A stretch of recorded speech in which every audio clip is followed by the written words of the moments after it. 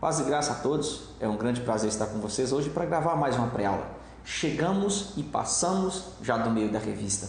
Hoje nós vamos falar sobre a lição de número 7. Já bem avançado, são 13 lições, nós já estamos no número 7 para falar algo de Deus para você aqui na EBP, Escola Bíblica de Professores em Foco, direto da DTO, Assembleia de Deus, Ministério de Teófilo Otoni. Teófilo Otoni, capital mundial das pedras preciosas. É um grande prazer ter você comigo, é um grande prazer saber que você está nos acompanhando, sempre curtindo a nossa página, sempre deixando inscrito, sempre nos deixando orações e, acima de tudo, orando para que esse projeto continue. Quero mandar um grande abraço aos meus amigos professores, aos meus amigos orientadores, aqueles superintendentes, aos presbíteros, diáconos, pastores que estão conosco, evangelista, que Deus possa nos abençoar. Você que tem colaborado com a MP, você que tem colaborado com diversas outras pessoas que estão no YouTube gravando lição, querido, ore para que esse projeto continue avançando. Quero mandar um grande abraço ao meu amigo Jefferson, lá em Sorocaba, São Paulo, com um projeto Professores em Cristo. O site do Jefferson está maravilhoso, tem diversas outras lições, tem a EBP em Foco, tem a própria lição do Jefferson, tem outros amigos que ele também colocou na sua rede, professoresemcristo.com.br. Procure, você vai amar o site, muito bonito. Grande abraço ao meu amigo Jefferson, que Deus te abençoe, meu querido. Quero mandar um abraço também para Jamile Faria e também para Ana Luísa, minha filhota linda, maravilhosa, que eu amo muito. Eu quero mandar um grande abraço para você, Ana Luísa, aí em Patinga, que Deus possa te abençoar, a todos os meus familiares, a minha esposa e ao meu filho João Vitor, que Deus os guarde. Hoje nós vamos falar sobre crise, mas nós vamos mudar um pouquinho a história.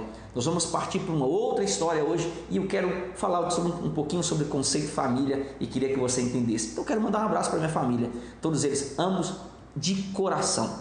Nós vamos ler cada tópico, querido, e à medida que lemos o tópico, nós vamos parar e explicá-lo. Deus tem algo para você nessa aula. Não perca um só minuto. Pare, copie e cole, leve para a sua sala. Eu vou colocar todas as palavras em hebraico que eu vou falar aqui, em grego que eu vou falar abaixo do nosso vídeo. E você vai ter uma excelente história no final dessa videoaula para você levar para a sua sala. Quem sabe você consegue baixar lá na internet e levar para a sua aula. Eu vou contar algo que eu ouvi de Deus magnífico durante a semana. Vamos ler um tópico para você levar para a sua sala de aula. A introdução da nossa revista diz o seguinte: a história de José é uma das mais belas registradas nas Escrituras Sagradas. É uma história que mostra o amor de um pai, a rejeição e a inveja dos irmãos e a beleza dos sonhos de um jovem. São 13 capítulos que revelam os desígnios de Deus na história de Israel. Nessa lição estudaremos a respeito das crises enfrentadas por José e sua atitude diante de cada uma delas. Veremos que José nos deixou preciosas lições que nos ensinam como nos conduzir nas mais difíceis situações. As adversidades na vida de José contribuíram para que as promessas feitas a Abraão se cumprissem fielmente.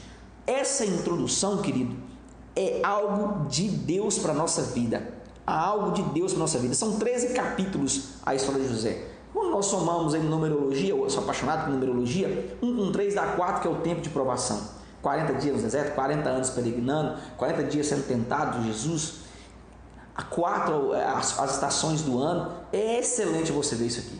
É excelente. Nós temos 12 tribos que vai representar a Trindade. É muito bom você falar um pouquinho sobre isso na sala de aula nesse início. Só para que a sua sala relembre tudo que já foi falado. Nessa introdução, nós vamos estudar uma das mais belas histórias bíblicas.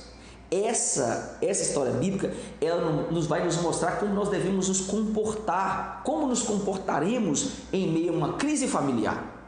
Querido, entenda, nós estamos vivendo em crise, mas não é só crise no quesito financeiro, não. Nós estamos vivendo crise em diversas áreas. Financeira é o de menos, querido. Nós vamos ter aqui as áreas matrimoniais, nós teremos aqui também algumas áreas específicas que nós chamamos área do namoro sentimental, a área do trabalho, e essas, nós como servos de Deus passamos por crise não só no setor financeiro. Nós somos seres humanos que temos a raiz do Adão caído. Nós trazemos conosco a raiz de pecado de Adão e não tem como se libertar dessa raiz. E essa raiz de Adão vai nos arremeter à crise matrimonial como Adão teve, à crise financeira que nós estamos passando agora em todo o Brasil. E essas crises, algumas áreas específicas, elas precisam de discernimento. E nós precisamos ter capacidade agora de vencê-las. Quando nós temos um espírito de paz, nós passamos por essas crises e nós a vencemos porque nós acreditamos que existe um Deus que é capaz de dar vitória quando todo mundo diz que não vai existir. Nós vamos falar agora de José, e é interessante que quando nós falamos de José, nós temos algumas familiaridades de tudo que ele passou, e principalmente que alguns de nós na atualidade estamos passando. Alguns de nós estamos passando pelas mesmas dificuldades que José passou, que José enfrentou. Então, passe para a sua sala essa introdução e os seus alunos vão vivenciar, alguns deles vão vivenciar alguns momentos que José teve de perseguição, alguns momentos de inveja, e é sobre isso que eu quero falar com você nessa aula. O tópico de número 1 fala sobre 2 sonhos e muita crise. E muitas crises. Nesse tópico, você vai falar para a sua sala que a preferência de Jacó, e aqui é algo extremamente humano, mas que vai partir para o quesito espiritual, que essa preferência de Jacó, ela vai revelar que existia uma crise em sua família. O fato de Jacó fazer uma túnica para José, nos mostra que José, ele era diferente dos seus irmãos. Havia algo na túnica, todo mundo sabe disso. Agora é interessante que não era só o fato da túnica ser colorida. Não era só esse fato, mas era o fato dela ter mangas longas. O texto fala sobre isso.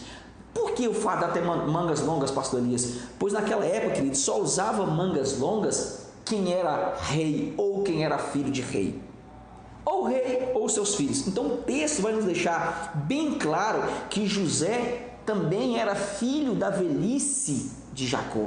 E por ser filho da velhice, seria o último, seria o filho da promessa, e Jacó tinha um certo carinho com José. Não é porque Jacó o amava mais, querido. O texto pode até assimilar isso, mas é o fato de Jacó tê-lo como último. Jacó estava se despedindo da sua vida e José era o último filho. Isso vai nos mostrar então o porquê da preferência. Porque é algo bíblico sobre isso. Gênesis 37, o versículo de número 3 e 4 diz assim: E Israel amava Yosef mais que os outros filhos, pois era ele o filho da sua velhice. E ele fez para ele uma túnica de mangas compridas. Quando seus irmãos perceberam que o seu pai amava mais que todos os seus irmãos, começaram a odiá-lo. Chegaram a ponto de nem conseguir conversar com ele de forma civilizada. José estava se despedindo da vida e Jacó era o caçula, e o caçula traz consigo a atitude de amor permanente. Então isso traz aqui ao nosso contexto, e nós podemos notar que os irmãos de José não conseguem mais nem conversar com ele. Aqui nasce uma raiz e mora uma raiz chamada inveja, que nós vamos falar ao longo dessa lição. Nós precisamos refletir nisso na sala de aula, querido. E tem muitas pessoas que trazem essa raiz e não sabem que tem essa raiz no coração. Nós vamos falar no tópico número 2, que fala a inveja dos irmãos de José. Nesse tópico tem algo que chama a atenção. Você vai anotar esse texto para você levar para a sala de aula. A frase Kinonet Passim, no original, em hebraico, ela traz outras interpretações. Por que outras interpretações, pastor Elias? Segundo a Bíblia, essa frase Kinonet Passim significa roupa real. Foi o que eu acabei de falar com você agora. Então está aí uma base para você provar para a sala de aula de que realmente o José estava usando algo diferente. Onde está escrito? Diz assim, ele trazia uma roupa de muitas cores, de mangas compridas, como eu acabei de ler. Alguns fatos vão nos levar a entender que a perseguição dos irmãos de José era devido ao favoritismo, que nós falamos aqui, o favoritismo, era devido ao fato dele sempre denunciar as ações de seus irmãos. Para você entender isso aqui rápido, José era o X9. Por ele ser pequeno e não poder trabalhar como os irmãos trabalhavam, tudo que os irmãos faziam com as ovelhas, tudo que os irmãos faziam no campo com o gado, José denunciava. Então ele ficava ali olhando essa situação. José era o que nós chamamos aqui, os jovens na igreja chamam de X9, X9. José tinha esse problema, então ele era o favorito, ganhou uma túnica de maneira diferente, denunciava os irmãos. Aí entra aqui também o que nós chamamos aqui algo muito mais profundo, que não envolve agora o quesito carnal, mas está entrelaçado na história, que é algo extremamente espiritual, que eram os seus sonhos. Os sonhos de José ele não era carnal, era algo espiritual. E você deve entender que quem sonha, querido, entenda isso aqui, quem sonha incomoda, quem sonha está fora dos planos humanos. É interessante que quem sonha vai trazer consigo a marca da promessa de Adonai. Sabe por que as pessoas te perseguem? Sabe por que as pessoas tentam frustrar tudo aquilo que você tem falado, tudo aquilo que você tem planejado? Porque os sonhos que você tem são sonhos que nasceram no coração de Deus. Servos autênticos, servos fiéis, sonham sonhos de Deus. Quer algo bíblico sobre isso? Jó 42. Esse texto é magnífico, é um texto maravilhoso. Jó 42, o versículo de número 2 diz assim: eu sei que tu podes fazer todas as coisas, que nenhum dos teus propósitos podem ser frustrados. Jó, depois de entender os desígnios de Deus, Jó, depois de contender com Deus e colocar Deus, vou usar a expressão para que você entenda e não me tenha por mal nessa expressão, colocar Deus no canto da parede e começar a questionar Deus vira a situação e disse: onde você estava, Jó, quando eu fundamentava a terra? Onde você estava quando eu soltava os cavalos selvagens? Onde você estava quando eu dava de alimentar aos pássaros a onça selvagem? E Jó entende que ele estava num desígnio humano e agora ele entra num desígnio espiritual e ele diz: eu sei que tu pode todas as coisas e que nenhum dos teus planos podem ser frustrados. Já não é hora de você falar isso com Deus? Já não é hora de você chegar para Deus e dizer: eu sei que tudo pode e eu não sei de nada. Nós não sabemos de nada, querido. Ele é quem sabe todas as coisas. Entenda isso. Principalmente quando nós falamos sobre família, as pessoas querem que nós tenhamos um relacionamento de pai, um relacionamento carrasco. E às vezes não é esse relacionamento que Deus quer. Deus quer um relacionamento de irmão, Deus quer um relacionamento de amigo. E isso nós precisamos entender. Deus quer falar com você e está falando com você. Leva isso para a sua sala de aula. O tópico de número 3 da nossa revista vai falar sobre os sonhos de José. Nesse tópico de número 3, eu queria que você falasse para a sua sala que a existência do sonhar, ela nos faz entender que nós não estamos mortos. Por quê, pastor Elias? Porque os mortos não sonham, querido. Os vivos sonham e sonham com muita coisa. Você que perdeu o seu sonho, querido, você já está morto. Nós devemos sonhar que seja com a mínima coisa, com o casamento dos filhos, que seja com a casa. Nós sonhamos com casa, nós sonhamos com família, nós sonhamos com carro, nós sonhamos com emprego novo, nós sonhamos em ver se cumprir as promessas de Deus em nossa vida. Nós sonhamos porque nós estamos vivos. Agora entenda, ambos os sonhos eles devem ser guardados para não frustrarmos até mesmo com os nossos familiares. Só existe um sonho, querido, que nós podemos compartilhar com todos que estão à nossa volta. Só existe um sonho. Os demais compartilhe somente com pessoas que são extremamente amigos. E eu falei um outro dia sobre isso, eu quero tocar nesse tópico aqui. A pessoa que é ética, ela tem amigo. A pessoa que não é ética, ela tem cúmplice. Quer saber quem te ama? Conta algo verdadeiro sobre você, algo que você está passando. Nossa, eu estou bem, eu estou feliz, estou amando muito, tenho muito dinheiro na minha conta. Quem não te ama vai fechar a cara. Agora, quem te ama vai sorrir com você e dizer: graças a Deus que eu estou vendo Deus te levantando na sua promessa. É a diferença. Quem é ético tem amigo, quem não é ético tem cúmplices. E vai ser cúmplices para que as coisas deem errado lá na frente. Quem sonha não pode compartilhar nem com todo mundo. Entenda. Agora existe um sonho que você deve compartilhar. Existe um sonho que você pode compartilhar. Qual é esse sonho, pastor Elias? É muito simples, querido. O sonho de estar na Nova Jerusalém Celestial. Esse sonho ninguém pode tirar de você, a não ser você mesmo. Ninguém pode tirar de você aquele dia em que nós estaremos com o Mestre. Ninguém pode tirar de você aquele dia que nós sentaremos à mesa e compartilharemos com Ele do grande dia, as bodas do Cordeiro. Esse sonho ninguém pode tirar. Então você pode falar com todo mundo. Você pode divulgar com todo mundo que é a verdade bíblica que nós temos em Apocalipse. É explícito na Bíblia e é magnífico sonharmos esse sonho. Esse é o maior sonho que todo cristão tem. O tópico de número 2 fala a crise da cova e da escravidão. Nesse tópico, fale para a sua sala que nossos sonhos contados a pessoas erradas, e é uma continuação da revista, vão causar dor e sofrimento em quem mais amamos. Note, querido, que a trama para matar José nasceu dos seus próprios irmãos. Agora, Rúben, ele tem um bom senso, e ele tem um senso mais brando, ele decide jogá-lo dentro da caverna. Logo depois, seus irmãos o vendem. É interessante aqui, é muito interessante que tem pessoas que não compreendem os nossos sonhos. Tem pessoas que não entendem os nossos sonhos. E essas pessoas vão mentir. Elas vão enganar. Ela vai fazer de tudo para que os nossos sonhos, para que os seus sonhos sejam apenas utopia. E o que é utopia? No original, utopia significa ou mais topos. Vou deixar abaixo do link para você. Significa lugar que não existe. Querido, quantas pessoas têm falado que os seus sonhos é utopia? Quantas pessoas têm falado que aquilo que você planejou e que está no coração de Deus, e foi Deus que colocou no seu coração para a sua igreja, é utopia?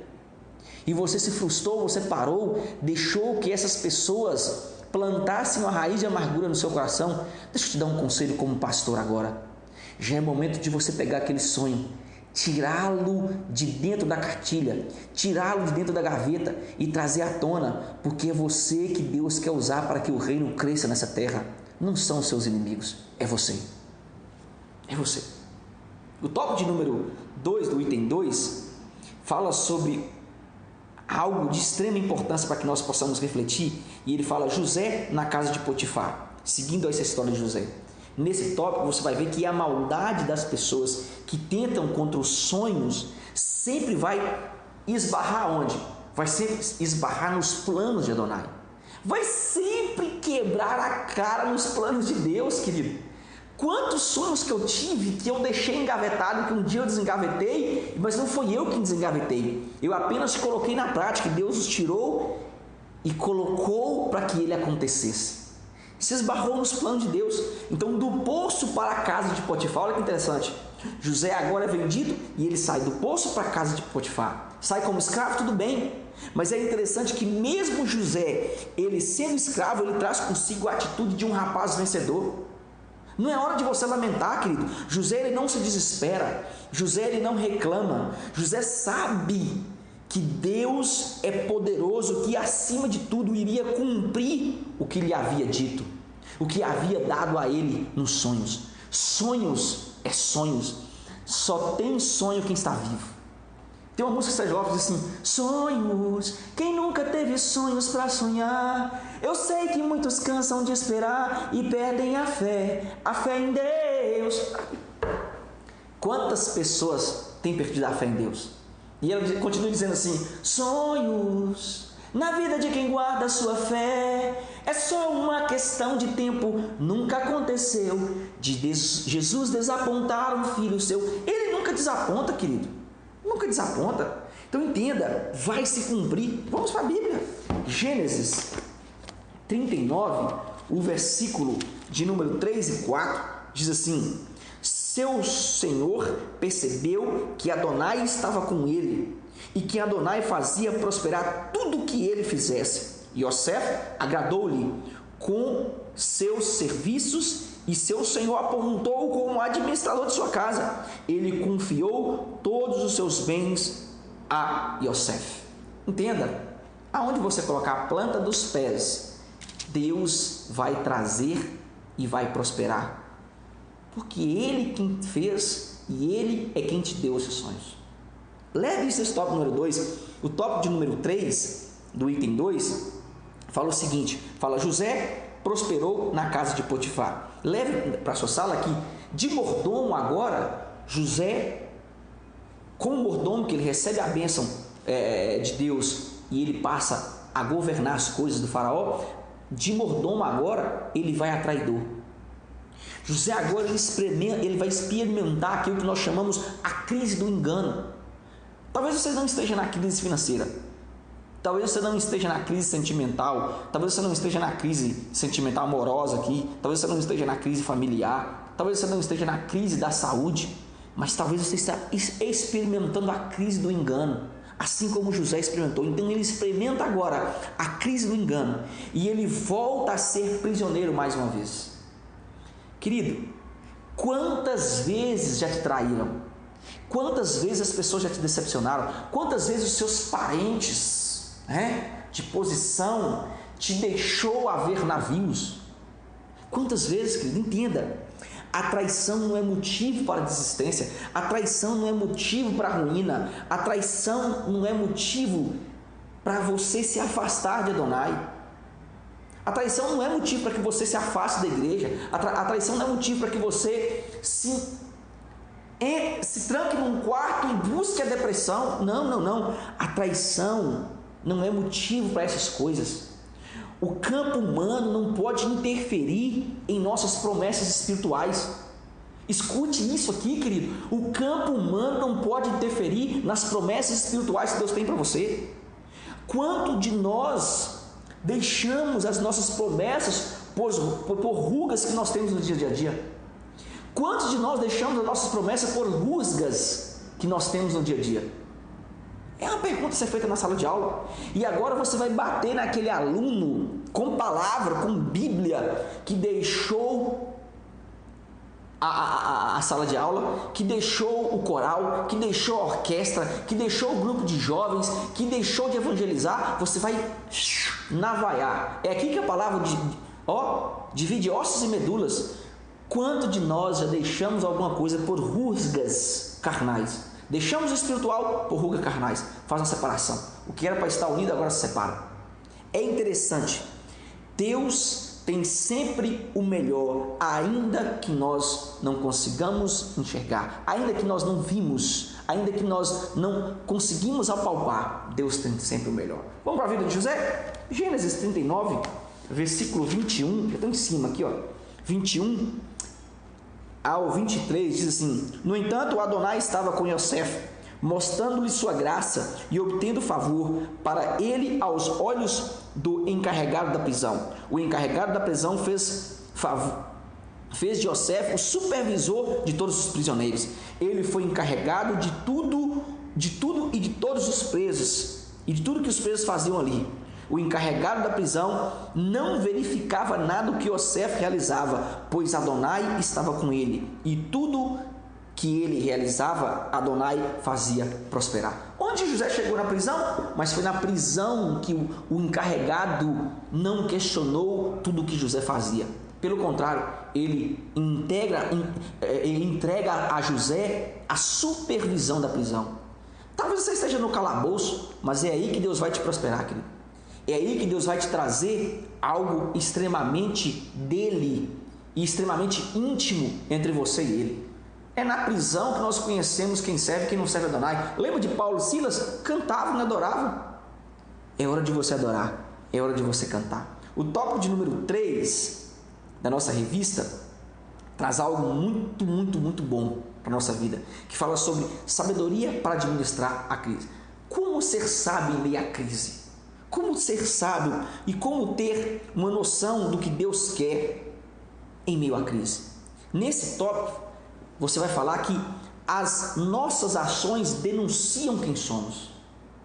Como nos portamos, como estamos vivendo, isso vai denunciar quem somos. Observe que inúmeras pessoas querem fazer justiças com as próprias mãos. Entenda, de uma vez por todas, e eu quero falar isso para você aqui, que um servo não deve fazer nada sem que o seu senhor autorize. Um servo não deve mexer em nada sem que o seu senhor autorize. José entendeu que era doulos, que ele era servo, que ele era escravo, e como tal, ele esperou a posição de Deus. José não reclama, José não chora, José não se tranca num quarto, José não vai para as redes sociais postar-se como louco. Eu vejo inúmeras pessoas que estão tendo atitude de louco na rede social. José agora é um homem íntegro e de caráter. José espera as atitudes do seu Deus. Ele é vendido como escravo, é colocado numa cisterna. José é tirado da cisterna e vendido como escravo. Trabalha como escravo para Faraó. É lançado na prisão por uma traição, por o que nós chamamos de difamação que ele não cometeu. Mas ele ainda espera a atitude do seu Deus. Ele ainda espera que o seu Deus o livre e mostre a todos que existe realmente um Deus nos céus. Existe realmente aquele que está preocupado com os seus filhos e quer o melhor para os seus filhos. Existe um Deus que zela por nossa vida e que, acima de tudo, entenda uma coisa, existe um Deus que quer mostrar a sua glória. E Deus mostra a sua glória quando você se coloca como um servo de Deus. Se você mexe as mãos, se você quer tomar a ira para você, Deus não vai agir. Deus é dono da ira. Deus é dono de tudo. Nós não falamos que Ele é dono de tudo? Então eu preciso confiar que Ele vai resolver o meu problema, que Ele vai estabelecer princípios e que Ele, a partir do momento que eu entro num momento de crise, e nós vamos ter crise todo dia, querido, nós vamos ter crise todos os dias. Satanás vai sempre trabalhar nesse quesito para que nós possamos estar oscilante e nunca em um caminho reto, nunca em um caminho agradável. Ele vai tentar contra a sua família, contra o seu trabalho, contra a sua finança, ele vai tentar contra os seus bens, mas entenda, aquele que te confiou todas essas coisas, ele é fiel para continuar te entregando coisas ainda maiores. Se sou fiel sobre o pouco, sobre o muito Ele me colocará. Entenda isso. E nós vamos continuar a nossa aula aqui. Continuando a nossa aula no tópico de número 2, no item 3, vai falar sobre, nesse tópico número 2, item 3, fala sobre, olha que interessante, José e os dois oficiais de Faraó. Nesse tópico, eu queria que você falasse para a sua sala, levasse para a sua sala de aula que todo sonhador, ele traz consigo planos. Planos. Por que ele traz consigo planos? Porque ele traz planos para uma grande melhora. É interessante que todo sonhador, e eu falo sonhador cristão, e eu queria que você entendesse esse termo sonhador, que eu vou colocar aqui em parênteses, entre aspas, para você entender. É interessante que todo sonhador, ele não sonha só consigo, ele sonha para a comunidade. Todo pastor, quando ele vê um terreno, ele pensa na igreja, ele não pensa na casa para ele. Estou falando de pastor, querido. Estou falando de homem de Deus. E eu creio que eu estou lidando com mulheres e homens de Deus, é por isso que estou falando sobre sonhos. O sonho de José não era para ele, o sonho de José era para beneficiar sua família e os povos de sua vizinhança. É isso que eu estou falando. Não estou falando de homens que sonham em ter casas luxuosas, ser rico. Isso aí não esse é sonho carnal, estou falando de sonhos espirituais. Porque o sonho espiritual, ele envolve a igreja, ele envolve o bem-estar da igreja. Tem umas pessoas que falam assim, se eu fosse rico eu iria ajudar a igreja. Não vai ser rico nunca, porque você é miserável sobre esse pouco, e como é que você vai ajudar como você for? Para com isso, deixa de hipocrisia. Então, todo sonhador ele traz consigo planos, e planos para uma grande melhora e não ruína. Ele traz para uma grande melhora e não ruína, entenda. Quando nos deparamos com José, nós vimos que ele não frustrou os sonhos dos seus amigos. É interessante que todo sonhador, ele não frustra as pessoas que estão do seu lado. Pelo contrário, ele dá ênfase, ele dá aquele empurrão, vai em frente, siga isso mesmo. Ele injeta na nossa veia a vontade de continuar, porque ele também tem a vontade. Então todo sonhador, ele não frustra os sonhos dos seus amigos. José não frustrou os sonhos dos seus amigos, pelo contrário, ele os discerne, comprovando sua intimidade com Deus. Ele revela aquilo que Deus, ele poderia não ter revelado, ele poderia ter ficado quietinho, porque ele sabia que um iria morrer e que o outro seria aceito. Ele poderia ter ficado quieto, mas ele dá uma injeção de ânimo e ele fala a verdade. Ele é íntegro, ele tem caráter. Todo sonhador tem caráter. E agora ele mostra que ele tinha intimidade com o seu Deus. Como você quer ter relações e como você quer ter revelações, eu vou falar sobre isso aqui agora, como você quer ter revelações se na realidade você ainda está magoado? Como você quer que Deus te use se você ainda guarda raiz de rancor? Como você quer que Deus opere milagres através de você e você quer que Deus te use nas revelações, na pregação, nas aulas, nas suas aulas, naquilo que você faz, nos seus estudos acadêmicos, se você ainda tem uma raiz e não liberou perdão? José estava voando espiritualmente. Tem pessoas que estão encolhidas e não querem voar.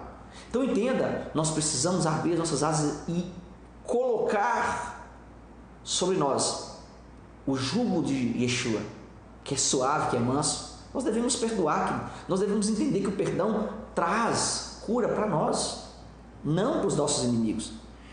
Algo sobre isso, Romanos 12, o versículo de número 19, olha o que diz esse versículo 19, diz assim: jamais procurem a vingança, meus amigos. Em vez disso, deixem isso para a ira de Deus, porque está escrito na Taná, nas Escrituras. Adonai diz: a vingança é minha. A vingança é minha responsabilidade. Eu a executarei. Não é sua, querido. Te fizeram chorar, te magoaram, te trataram mal, te bateram, te humilharam, não é sua vingança. Deus vai tratar com cada um. Deus vai tratar com cada um. E essas pessoas irão ver a graça e a misericórdia de Deus sobre você. Eu passei por uma grande provação no ano 2008. Nossa, foi terrível, terrível. Eu fui traído pelo melhor amigo, minha esposa, e eu entreguei nas mãos de Deus, querido. Hoje tenho uma família abençoada, extremamente abençoada. Deus me prosperou. Deus me fez entender que é Ele quem trata, não sou eu. A nossa carne humana quer vingança. A nossa carne humana quer ver a pessoa morrer. E quantas vezes nós não olhamos pedindo, quantas vezes nós não oramos pedindo a Deus: mata fulano, mata. E Deus, ainda bem que o Espírito Santo leva com gemidos inexprimíveis a nossa oração. Nós somos falhos, somos humanos.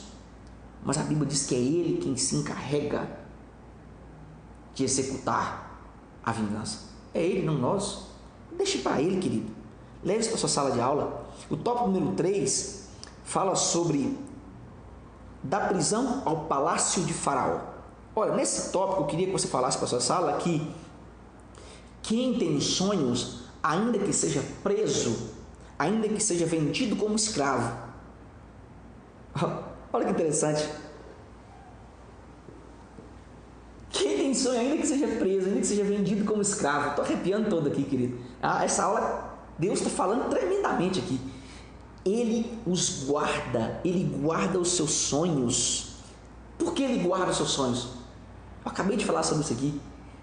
Para Ele ver a fidelidade do seu Senhor. Eu guardei os meus sonhos e eu estou vendo a fidelidade de Deus hoje na minha vida. Sabe por que eu estou sentado aqui hoje? Porque eu guardei os sonhos, eu guardei a promessa. Inúmeras pessoas falaram comigo: mata. Inúmeras pessoas falaram assim: vai atrás. Querido, eu guardei os meus sonhos. Eu guardei os meus sonhos. Eu sofri horrores, mas eu guardei os meus sonhos. Eu preciso ver e vou continuar vendo a fidelidade do meu Senhor. José é a provisão de Adonai para o seu povo. Você agora, assim como eu, você é a provisão de Deus para a sua casa. Você é a provisão de Deus para a sua igreja e para toda a comunidade que está em sua volta. Por que desistir? Hein? Por que você quer desistir? Deus está falando, intimando você. Deus está falando no íntimo com você. Por que você quer desistir? Quantas vezes Deus já me usou e você já falou comigo que Deus usou um homem para falar com você via aula, e Deus mais uma vez está me usando para falar com você. Por que você quer desistir? Por que você quer lamentar, continuar lamentando o que já passou durante anos? Abandona essa capa, querida, abandona essa mágoa, entenda. Você tem ou você não tem um Deus? É hora de você entregar para o Senhor e dizer: eu confio em Ti, eu espero em Ti, eu olho para Ti, e eu sei que somente o Senhor é capaz de resolver o meu problema. Descansa em Deus, querido. Espera em Deus. Eu vou te contar algo magnífico aqui agora. Eu queria que você abrisse sua Bíblia comigo. Antes de você ver isso aqui, para você ler comigo esse versículo, está em Efésios 3, o versículo de número 20. Eu queria que você compartilhasse esse momento comigo, que você abrisse sua Bíblia aí, porque Deus está falando profundamente nessa aula. Já tomou totalmente o rumo que eu não queria, mas é Deus. Efésios 3, versículo 20, eu vou te contar uma história baseada nesse texto. Efésios 3, 20 diz: aquele cujo poder operante em nós é capaz de fazer muito mais que qualquer coisa que pensamos ou imaginamos. Aquele cujo poder é operante em nós é capaz de fazer muito mais que qualquer coisa que pensamos ou imaginemos. Querido, eu quero falar com você sobre efeito Mutombo. Está aqui no cantinho. Efeito Mutombo. O que é efeito Mutombo, pastor Elias? Efeito Mutombo. Eu ouvi essa história e vou aplicá-la aqui agora para que você leve para a sala de aula. Um jornalista chamado Edson Bruno, um grande jornalista, um grande radialista, ele esteve na igreja do pastor Joel Osteen, no Texas, e era uma noite de testemunho. E ele disse que estava escutando inúmeras pessoas que iriam testemunhar, mas de repente chegou um rapaz que pegou a Bíblia, abriu em Efésios 3, o versículo 20 que você acabou de ler, eu acabei de ler para você aqui, e diz que aquele cujo poder é operante em nos fazer capaz, fazer muito mais do que qualquer outra coisa que pensamos ou imaginamos. E ele começa a contar essa história. Ele diz que ele nasceu em uma tribo na República do Congo, um lugar muito pobre, onde não tinha escola, onde não tinha hospitais, onde não tinha comida. Ele nunca havia calçado um sapato.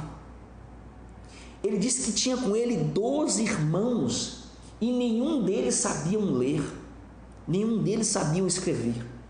Um dia passa um missionário naquela República do Congo, e aquele missionário passa ali e ensina a mãe deles sobre Efésios 3:20, que diz exatamente: aquele cujo poder operante em nós é capaz de fazer muito mais que qualquer coisa que pensemos ou imaginemos. E ela fica impactada com esse versículo, ela aprende esse versículo, e ela cresceu. Ele diz que ele ouviu durante todo esse período de crescimento dele a sua mãe dizer Efésios 3, a sua mãe ler e meditar sobre Efésios 3:20. E ele diz que um dia ele compartilhou um sonho que ele tinha com seus outros irmãos. Ele disse: eu quero ser médico, eu tenho a vontade de ser médico. Disse que os irmãos deles fizeram uma fila, e nessa fila todos o colocou à frente, e todos vinham dar um tapa na cabeça dele. Todos vinham dar um tapa na cabeça dele e dizer: como você pode ser médico?